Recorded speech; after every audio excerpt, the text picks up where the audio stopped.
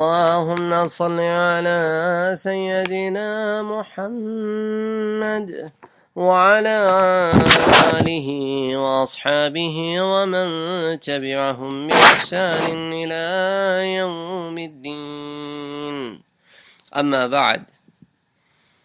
پچھلے درس میں ہم نے اصحاب کہف کو ذکر کیا تھا، اور پھر اس کے پس منظر کو میں نے آپ کو بتایا تھا کہ حضرت صلی اللہ علیہ وآلہ وسلم سے مدینے کے یہودیوں نے 3 سوال پوچھے تھے، جن میں سے 2 سوالوں کا ذکر تو ہم نے اصحاب کہف کے سلسلے میں کیا۔ ایک تیسرا سوال جو انہوں نے کیا تھا، اس کو آج ہم انشاءاللہ آج کے درس میں ذکر کریں گے۔ اچھا، جیسا کہ میں نے آپ سے اصحاب کہف کے سلسلے میں بیان کیا تھا کہ یہ جو میں آپ سے بیان کر رہا ہوں، یہ دروس، ان سے مراد تفسیر قرآن نہیں ہے، کیونکہ پھر اس کا اسلوب الگ ہوتا ہے۔ یہ لوگ اس کو فرق کو سمجھتے نہیں کہ تفسیر بیان کرنے کا جو طریقہ ہے وہ تھوڑا الگ ہوتا ہے، اور کسی بھی چیز کی انڈرسٹینڈنگ، فہم بیان کرنے کا طریقہ الگ ہوتا ہے۔ تو چونکہ لوگ اس پروسیس سے گزرتے نہیں، اس لیے کبھی یہ غلطی کر بیٹھتے ہیں کہ تفسیر کو تفہیم کے طریقے سے بیان کر دیتے ہیں، اور کبھی تفہیم کو اس طرح بیان کیا جاتا ہے کہ گویا وہ تفسیر معلوم ہوتی ہو۔ تو اس لیے اس فرق کو میں سامنے واضح رکھنا چاہتا ہوں۔ پھر انشاءاللہ جب تفاسیر کا سلسلہ شروع ہوگا تو پھر وہاں پر ہم انشاءاللہ تفسیر کا اسلوب اپنائیں گے۔ تو اس لیے ضروری ہوتا ہے کہ انسان علماء کی صحبت میں بیٹھ کر علم حاصل کرے، تاکہ علم پھیلانے اور حاصل کرنے کے طریقے سمجھ میں آئیں۔ تو اصحاب کہف کا جب ہم نے ذکر کیا تو اس میں ہم نے اصحاب کہف کی کرامات کو دیکھا کہ اللہ سبحانہ و تعالی جب اپنے بندوں پہ فضل کرنا چاہتے ہیں اور ان کے ایمان کا امتحان لیتے ہیں، تو اس میں بیسکلی جو اصحاب کہف کا واقعہ تھا، اس میں ہم نے انسان کے ایمان کا امتحان دیکھا، the test of faith۔ جب ایمان دیا جائے اور اس کا امتحان ہو تو اس کسوٹی پہ انسان کیسے اترے گا۔ تو اس میں ہم نے دیکھا کہ اصحاب کہف نے اللہ پہ توکل تو کیا، لیکن اس سے قبل محنت بھی کی، منصوبہ بنایا، پلان بنایا، اس کے تحت وہ اپنے گھروں سے نکلے، ایک غار میں پناہ لی، اور پھر اس کے بعد اللہ پہ توکل بھی کیا کہ باری تعالیٰ ہم نے تو اپنی طرف سے کوشش کی ہے، آگے معاملہ تیرے سپرد، اے باری تعالیٰ تو ہماری حفاظت فرمانا، ہماری ایمان کی حفاظت فرمانا، اے اللہ تو ہمارے حال پہ رحم فرمانا۔ تو یہ اہل ایمان کا طریقہ ہوتا ہے، تو وہ ٹیسٹ آف فیتھ والی بات تھی۔ اچھا، اسی طرح جو تیسرا واقعہ ہے اس میں ٹیسٹ آف پاور ہے کہ اللہ کسی کو عزت دے، کسی کو جلال دے، کسی کو قوت دے، کسی کو طاقت دے، تو اس طاقت کا استعمال جب کرے، اس جلال و قوت کا استعمال جب کرے، تو اپنے ذہن میں یہ بات رکھے کہ یہ قوت اور طاقت مجھے دینے والی ذات اللہ عز و جل کی ہے، وہ چاہے تو لے لے، تو جب تک ہے مجھ پر یہ لازم ہے کہ اس کو میں استعمال کروں ان بنیادوں پر اور ان اصولوں پر جو اللہ عز و جل نے میرے لیے متعین فرمائی ہے۔ تو انشاءاللہ اس ضمن میں پھر ہم آگے ڈسکشن کریں گے۔ تو جو تیسرا سوال تھا وہ ان کا اس بادشاہ کے متعلق تھا کہ جس نے سفر کیا مشرق میں، مغرب میں، اور اس بادشاہ کے بارے میں انہوں نے حضرت صلی اللہ علیہ وآلہ وسلم سے دریافت کیا کہ آپ اس کے بارے میں کیا جانتے ہیں، کیونکہ وحی الہی کے بغیر اس کا جاننا ممکن نہیں۔ تو اسی واقعے کو اللہ تعالیٰ قرآن میں ذکر کرتے ہیں، اور اس بادشاہ کا نام اللہ تعالیٰ قرآن میں ذوالقرنین بتلاتے ہیں۔ اب جیسا کہ میں نے آپ سے پہلے کہا کہ یہ تفہیم کا ہے، تفسیر کا مسئلہ نہیں ہے۔ اگر تفسیر ہوتی تو پھر ہم ذوالقرنین کی وجہ تسمیہ کہ اسے ذوالقرنین نام کیوں دیا گیا، اس میں کیا کیا اقوال موجود ہیں، اور تابعین اور صحابہ کرام کی اس میں کیا کیا رائے ہیں، اور مختلف ائمہ حدیث اور مختلف ائمہ تفاسیر جو ہیں اس میں کیا کیا رائے اختیار کرتے ہیں، ان تمام باتوں کو پھر ہم تفصیلاً ذکر کرتے۔ پھر جہاں جہاں قواعد آتے عربی زبان کے، وہاں وہاں قواعد کو ذکر کرتے کہ لفظ ال سے کیا مراد ہے، اور اس طرح جو ہے دوسرے جو فاعل ہے، مفعول ہے، تو ان تمام مراحل سے گزرتے۔ اور پھر حسر کہاں آیا ہے، اور ان اللہ و ملائکتہ یصلون علی النبی میں جو واو ہے، اور والقمر میں جو واو ہے، اور والضحیٰ میں جو واو ہے، پھر ان واو میں کیا فرق ہے، اور وما میں جو واو آتا ہے اس میں اور باقی واو میں کیا فرق ہے؟ تو یہ تمام جو ہیں وہ عربی لغت کی باتیں ہیں، ان کو پھر ہم تفاسیر میں ذکر کرتے ہیں، اور ہر تفسیر کا ایک اسلوب ہوتا ہے۔ بعض تفاسیر لکھی جاتی ہیں جس میں روحانیت مراد ہوتی ہے۔ علامہ مظہری رحمۃ اللہ علیہ نے کی جو بلکہ علامہ پانی پتی رحمۃ اللہ علیہ نے جو تفسیر لکھی، جس کو انہوں نے اپنے شیخ کی طرف منسوب کیا، تفسیر مظہری، تو اس میں آپ کو اس طرح کے عنصر ملتے ہیں۔ پھر حافظ ابن کثیر کی تفسیر کا الگ اسلوب ہے۔ پھر اسی طرح جو ہے آپ باقی تفاسیر دیکھیں تو در منصور ہے، اس کا الگ اسلوب ہے۔ تو اسی طرح ہر تفسیر ہر ایک کے لیے نہیں ہوتی، تو اس میں آپ کو ذرا کیئرفل رہنا پڑتا ہے کہ کوئی بھی تفسیر کی کتاب اٹھا کر آپ اس کو پڑھنا شروع کر دیں، پھر اس کے اندر سے خود جو بات سمجھ میں نہ آئے اس کے حتمی فیصلے شروع کر دیں، تو پھر انسان کے بھٹکنے کے چانسز ہوتے ہیں۔ تو اس لیے آسان زبان میں وہ تفاسیر جو موجود ہیں، جو عام فہم میں موجود ہیں، ان سے استفادہ حاصل کریں، اور جو بات سمجھ میں نہیں آتی تو علماء سے رجوع کریں۔ بہرحال اب ہم اس واقعے کی طرف آتے ہیں۔ تو اللہ تعالیٰ نے فرمایا، اعوذ باللہ من الشیطان الرجیم، بسم اللہ الرحمن الرحیم۔ سورہ کہف کا یہ آخری واقعہ ہے، اور اس میں اللہ تعالیٰ بادشاہ ذوالقرنین کا ذکر کرتے ہیں، لیکن اب آپ طریقہ دیکھیں قرآن کا۔ اللہ تعالیٰ فرماتے ہیں، وَيَسْأَلُونَكَ عَنْ ذِي الْقَرْنَيْنِ، میرے پاک نبی صلی اللہ علیہ وآلہ وسلم، یہ لوگ آپ سے ذی القرنین کی بابت پوچھتے ہیں۔ یعنی ایک طرف تو اپنے نبی کو بتا دیا کہ یہ جس بادشاہ کے بارے میں پوچھ رہے ہیں اس کا نام ذی القرنین ہے، اور پھر دوسری طرف ان کو بھی یہ بتا دیا کہ اس کو بتانے والی ذات اللہ کی ہے، کہ اللہ مخاطب ہے۔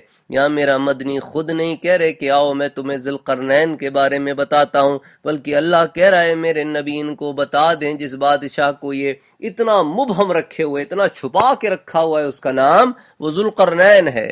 آئے ہائے، وہ ذو القرنین، آپ بتا دیں ان کو، ہم بتاتے ہیں آپ کو۔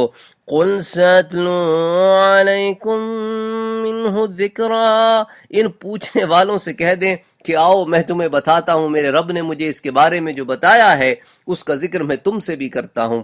قُلْ سَأَتْلُو عَلَيْكُمْ مِنْهُ ذِكْرًا، اب دیکھیں یہاں پہ منہ ذکرہ ہے، یہ نہیں کہا کہ قُلْ سَأَتْلُو عَلَيْكُمْ ذِكْرًا، میں اس کا سارا ذکر بیان کرتا ہوں، نا اس کے ذکر میں سے، اس کی زندگی کے حالات میں سے چند واقعات تمہارے سامنے رکھتا ہوں۔ اب اللہ تعالیٰ نے اس کی زندگی میں سے صرف 3 واقعے ہمیں سنائے۔ 2 تو ان سوالات کے جواب تھے جو انہوں نے پوچھے تھے کہ بتائیں وہ مشرق و مغرب میں ٹریول کرنے والا بادشاہ کون تھا، تو نام تو بتا دیا ذوالقرنین۔ اللہ نے کہا اس پہ اکتفا نہیں کرتے، ہم تمہیں مشرق و مغرب کی داستانیں بھی سناتے ہیں اور وہ بھی بتاتے ہیں جو تم نے پوچھا نہیں۔ تو ایک تیسرا واقعہ بھی نقل کیا، پھر اس کے ساتھ امت کے لیے ایک بڑا مسئلہ حل کر دیا۔ تو اللہ تعالیٰ کہتے ہیں کہ بھئی دیکھو، اس سے پہلے کہ ہم تمہیں اس کے بارے میں بتائیں کہ اس کے سفر کہاں کہاں تھے، پہلے تو سمجھو کہ اس کی دنیا میں حیثیت کیا تھی، ہم نے اس کو کس قسم کا بادشاہ بنایا تھا۔ وہ کوئی عام سا بادشاہ نہیں تھا۔ اِنَّا مَكَّنَّا لَهُ فِي الْأَرْضِ وَآتَيْنَاهُ مِن كُلِّ شَيْءٍ سَبَبًا، ہم نے اسے دنیا میں بادشاہت دی تھی، تمکینت عطا فرمائی تھی کہ وہ حکومت کرتا تھا۔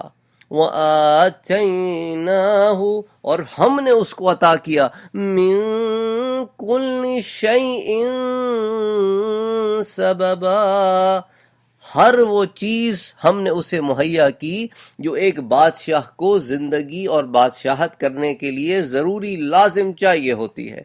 یہاں پہ کلی شے کا اطلاق جو ہے ہر شے پہ نہیں ہوگا، کیونکہ ہر شے کا اگر اطلاق ہو ذوالقرنین پہ، بھئی ذوالقرنین کے پاس تو پھر جہاز بھی ہونے چاہیے تھے، اور گاڑیاں بھی ہونی چاہیے تھی، اور جدید اسلحہ بھی ہونا چاہیے تھا، اور کمپیوٹر بھی ہونا چاہیے تھا، اور لیزر بھی ہونا چاہیے تھا۔ اللہ نے کہا نہ اس وقت جو بادشاہ کی ریکوائرمنٹ تھی، من کل شیء سبابا۔ تو یہ فرق ہوتا ہے کہ عربی زبان سے واقفیت کے ساتھ پھر آپ تفسیر پڑھتے ہیں، لیکن صرف عربی زبان کی زور پہ تفسیر کرنے والے بھی بھٹک جاتے ہیں۔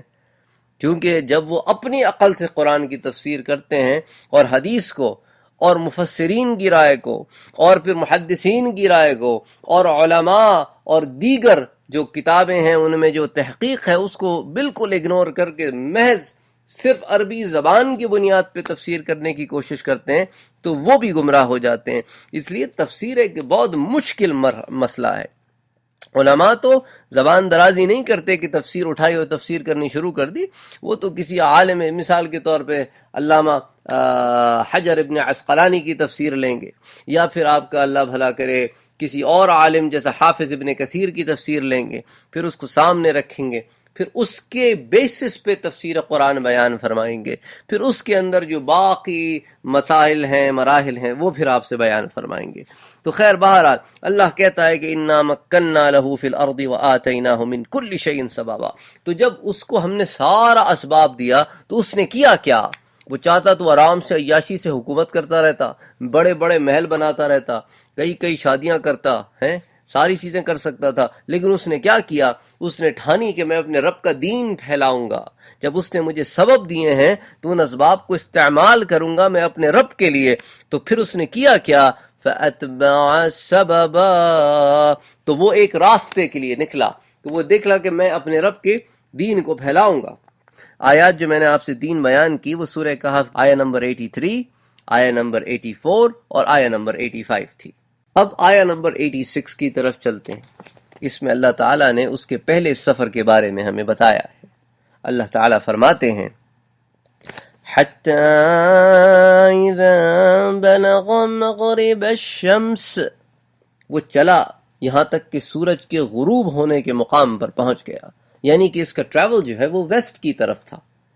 وَجَدَهَا تَغْرُبُ فِي عَيْنٍ حَمِئَةٍ وَوَجَدَ عِندَهَا قَوْمًا، تو وہاں پر اس نے سورج کو ڈوبتے ہوئے پایا ایک ایسے چشمے میں، فی عین، عین کہتے ہیں چشمے میں، فی عین حمیئہ، تو وہ ایک بلیک مڈی سا چشمہ تھا۔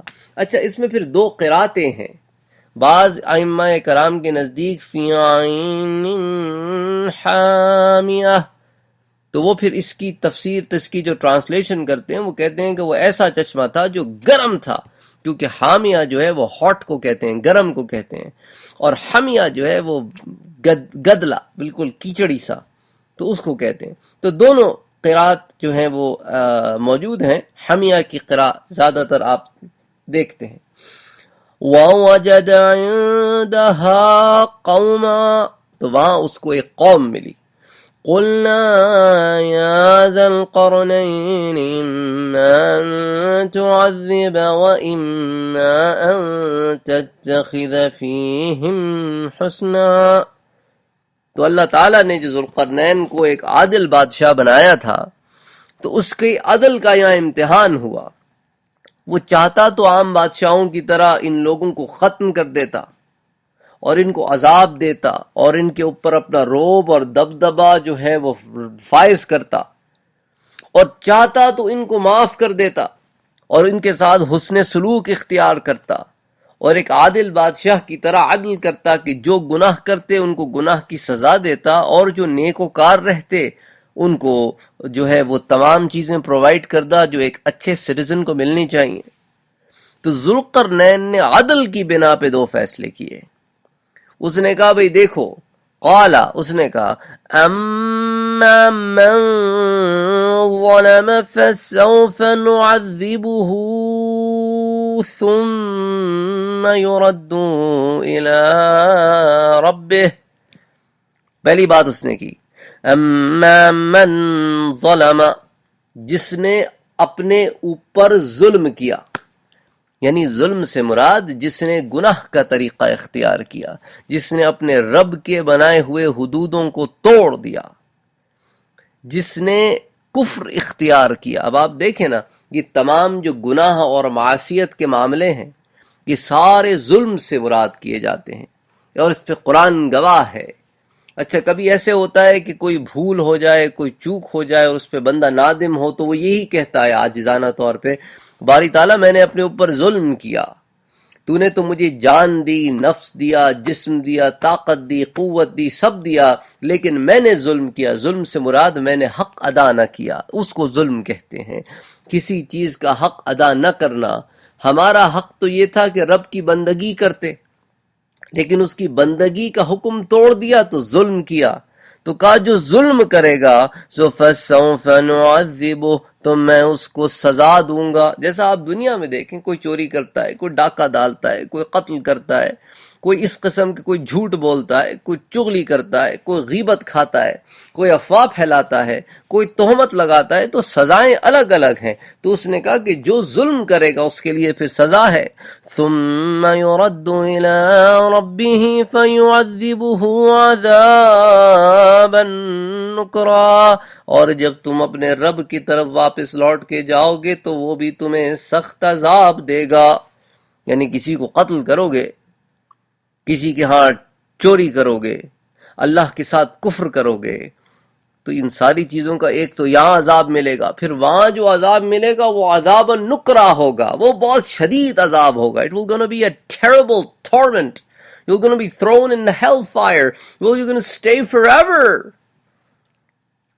اب آپ دیکھیں دوسری بات کیا کرتا ہے، وَأَمَّا مَنْ آمَنَ، اور وہ جو ایمان لائے۔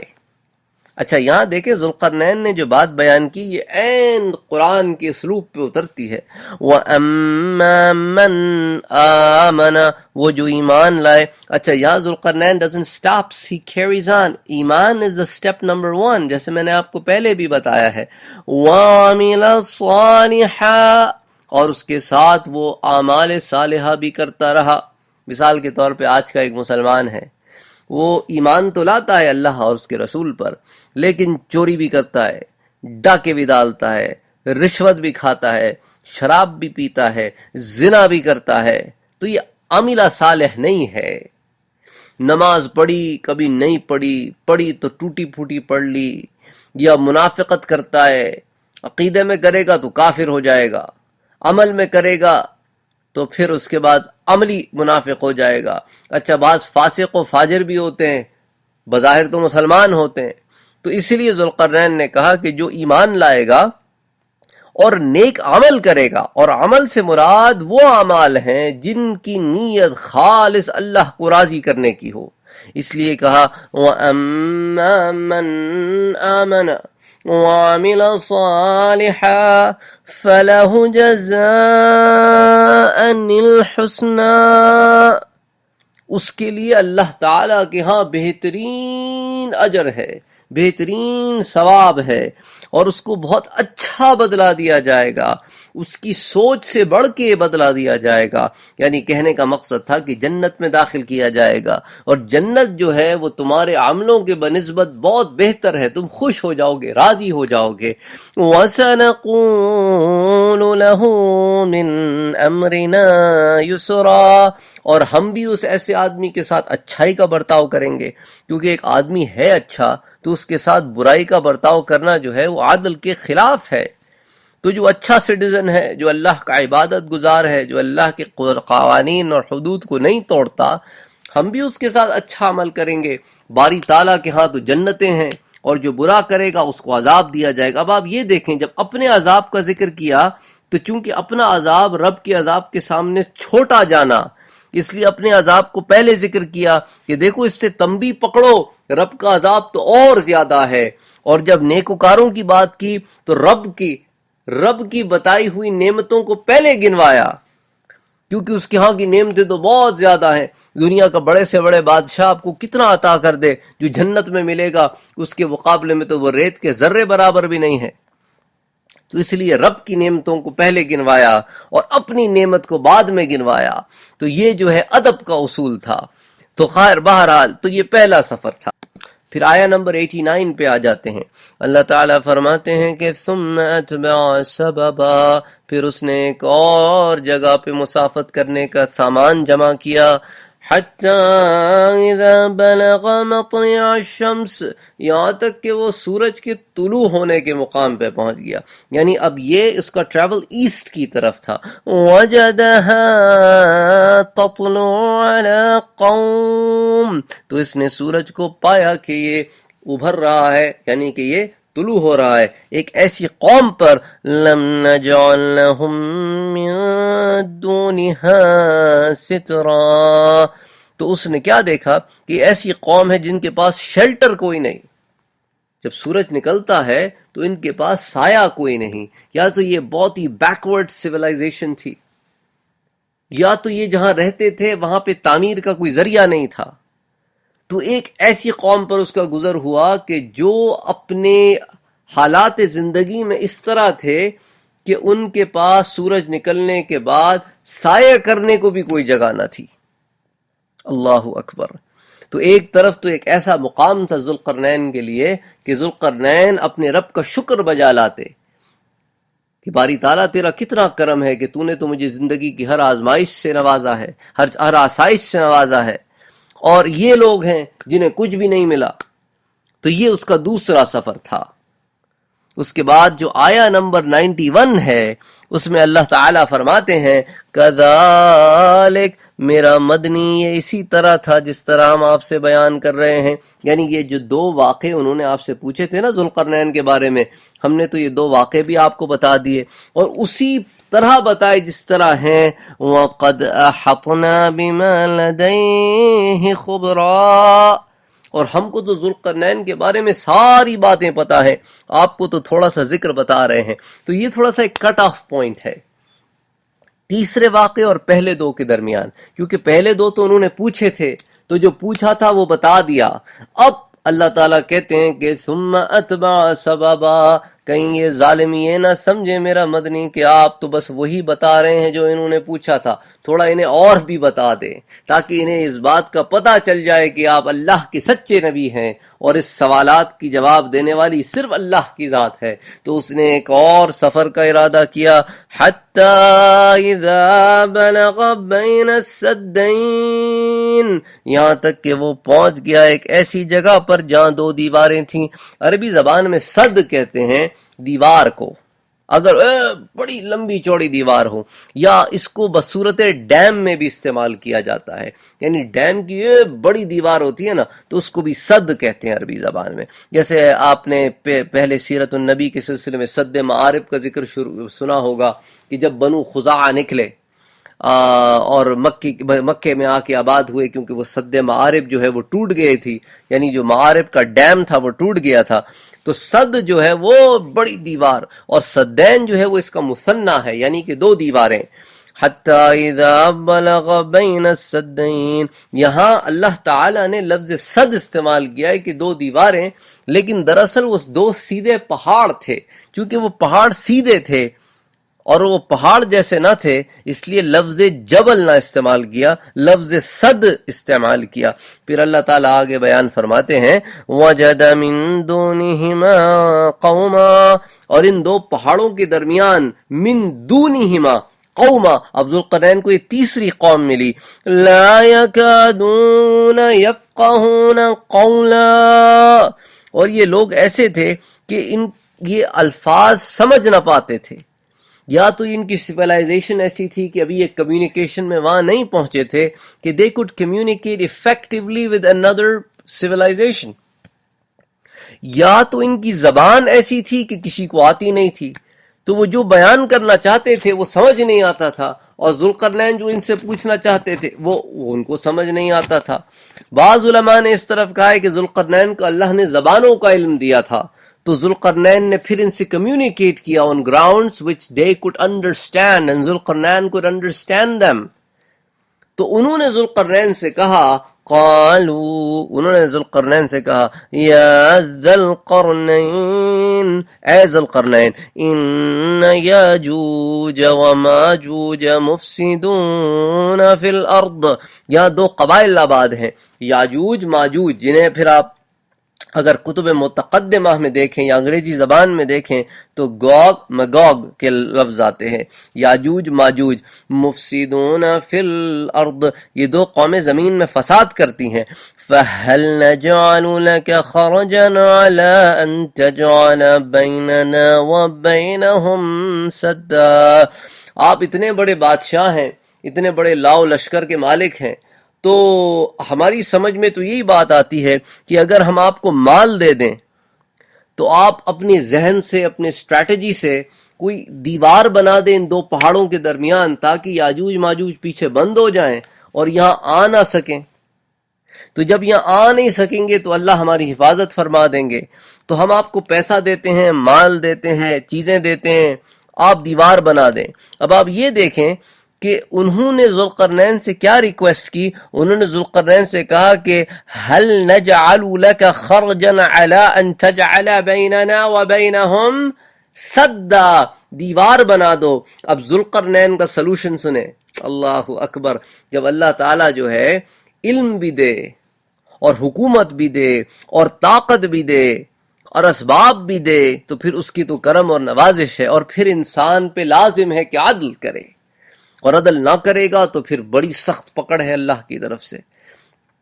تو اللہ تعالیٰ نے ذوالقرنین کو ایک علم دیا تھا، یعنی کہ دھاتوں کے استعمال کرنے کا علم۔ اب ذوالقرنین اس علم کو استعمال کریں گے اور ایک ایسی دیوار بنائیں گے جو ایک حفاظت کرے گی ان کی یاجوج ماجوج سے۔ لیکن ذوالقرنین کے سلوشن پہ ذرا غور کریں اور اپنے ذہن میں یہ لفظ صد رکھیں کہ انہوں نے کہا کہ ہمارے لیے صد بنا دو۔ ذوالقرنین نے کہا قال ما مکنی فیہ ربی خیر، میرے رب نے جو مجھے دیا ہے وہ بہتر ہے اس سے جو تم مجھے دینے والے ہو۔ اللہ اکبر۔ فَاعِنُونِي بِقُوَّةٍ، تو مجھے مین پاور سے مدد کرو، مجھے لیبر چاہیے۔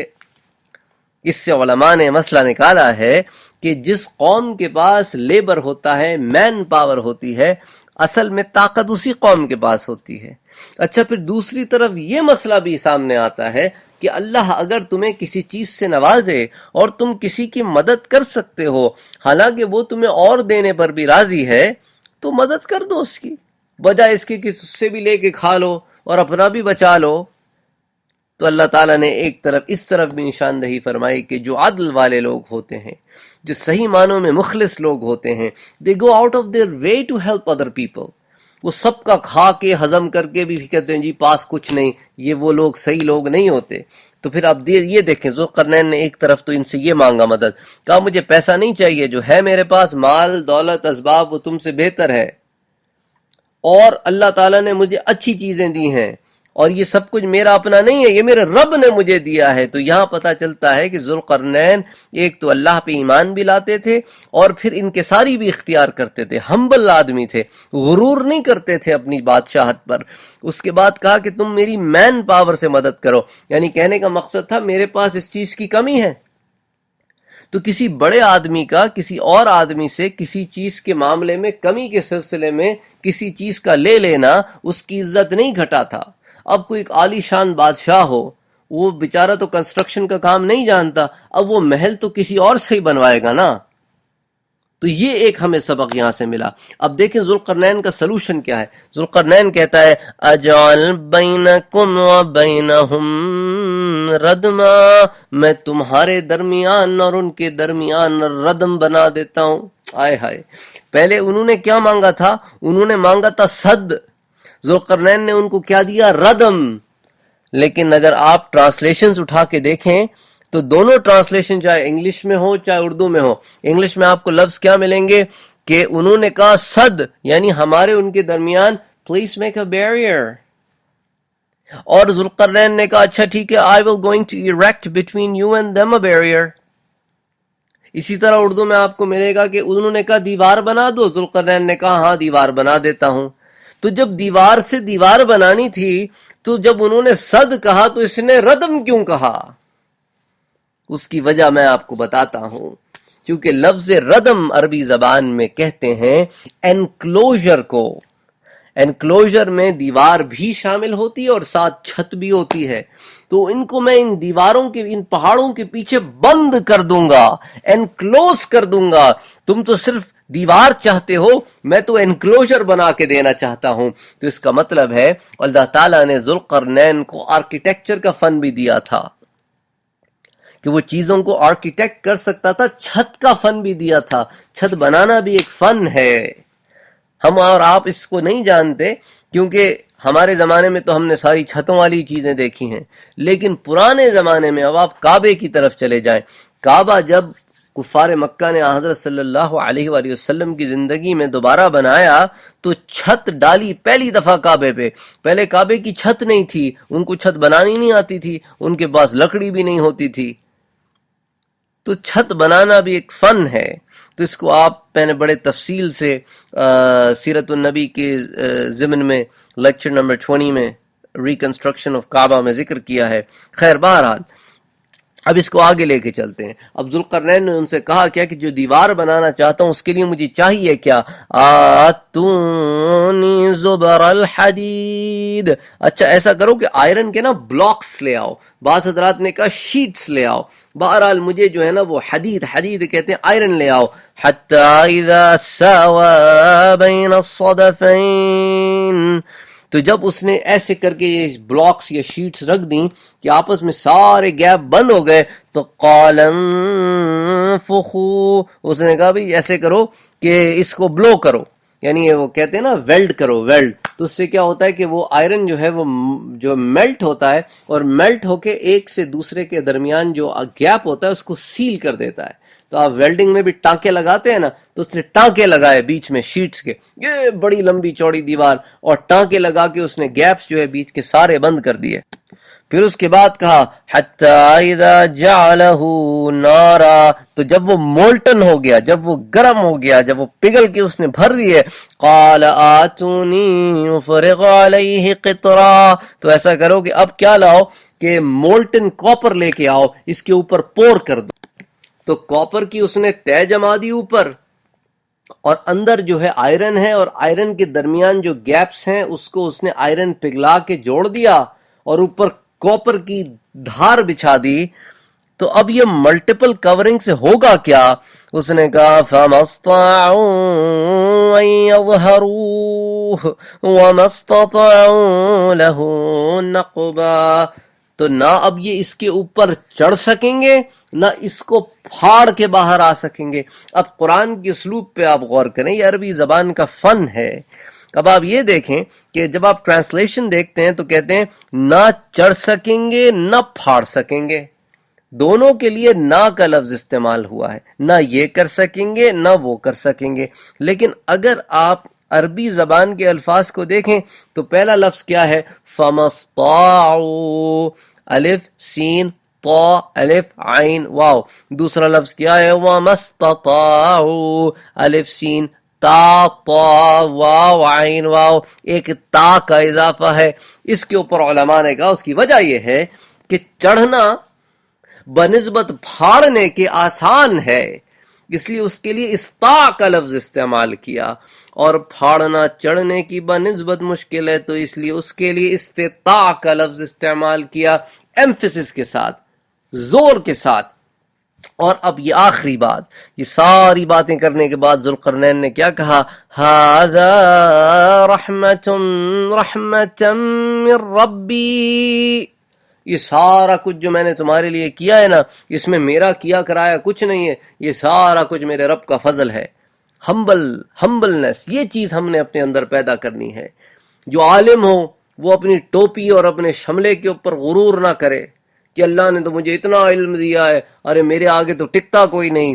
اور جس کو اللہ نے پیسہ دیا ہے وہ پیسے پہ غرور نہ کرے, جسے حکومت دی ہے وہ حکومت پہ غرور نہ کرے, جس کو علم دیا ہے وہ علم پہ غرور نہ کرے, جسے طاقت دی ہے وہ طاقت پہ غرور نہ کرے. مسئلہ کیا ہے کہ آج کل جو ہماری سوسائٹی ہے وہ ایک غرور کا منبع بن گئی ہے, دادا گیری کا, بدماشی کا منبع بن گئی ہے. تو اس لیے یہاں پہ کہا گیا ذوالقرنین جیسا بادشاہ جسے ہر چیز میسر تھی, کہنے لگا ھذا رحمۃ من ربی، یہ سارا کچھ میرے رب کی رحمت ہے، میرے رب کا فضل ہے۔ اور یاد رکھنا کوئی چیز ہمیشہ نہیں رہتی، کوئی چیز ہمیشہ نہیں رہتی۔ فَإِذَا جَاءَ وَعْدُ رَبِّي، اور جب میرے رب کے وعدہ پورا کرنے کا وقت آئے گا، یعنی کیا مطلب، جب میرے رب نے اس کی میعاد پوری کر دی ہوگی اور اپنے نیکسٹ عمل کو میرا رب کرنا چاہے گا، جَعَلَهُ دَكَّا، اور اس کو پھر توڑ دے گا، ایسی چیزیں پیدا کر دے گا کہ یہ ٹوٹ جائے گی۔ یہ دیوار صرف اس وقت تک کھڑی ہے جب تک میرے رب کی مرضی ہے۔ وَكَانَ وَعْدُ رَبِّي حَقًّا، اور جان لو لوگوں کہ میرے رب کا وعدہ جو ہے وہ ہمیشہ سچ ہوتا ہے۔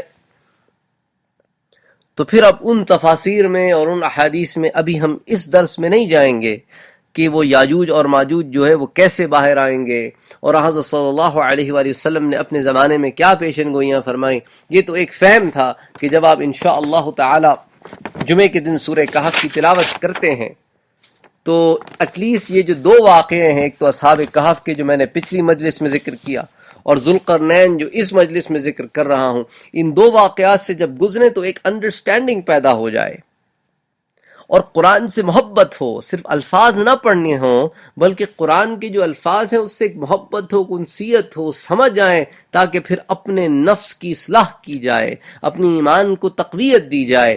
پھر اس کے جو باقی تین واقعات ہیں انشاءاللہ اللہ نے چاہا تو پھر کبھی آپ سے بیان کروں گا۔ ایک تو وہ دو لوگوں کا واقعہ ہے جس میں ٹیسٹ آف ویلتھ ہے، پھر موسیٰ علیہ السلام اور خضر علیہ السلام کا واقعہ ہے جس میں ٹیسٹ آف نالج ہے، اور پھر آدم علیہ السلام کی تخلیق کا ایک بڑا ہی بریف واقعہ ہے۔ پھر انشاءاللہ کبھی اس کو ذکر کرنے کی کوشش کریں گے۔ وما علینا الا البلاغ، اللہم صل علی سیدنا ومولانا وحبیبنا وشفیعنا محمد النبی الامین الکریم، محمد النبی الامی الہاشمی، الصلاة والسلام علیہ وعلى آلہ واصحابہ ومن تبعہم بإحسان الى یوم الدین۔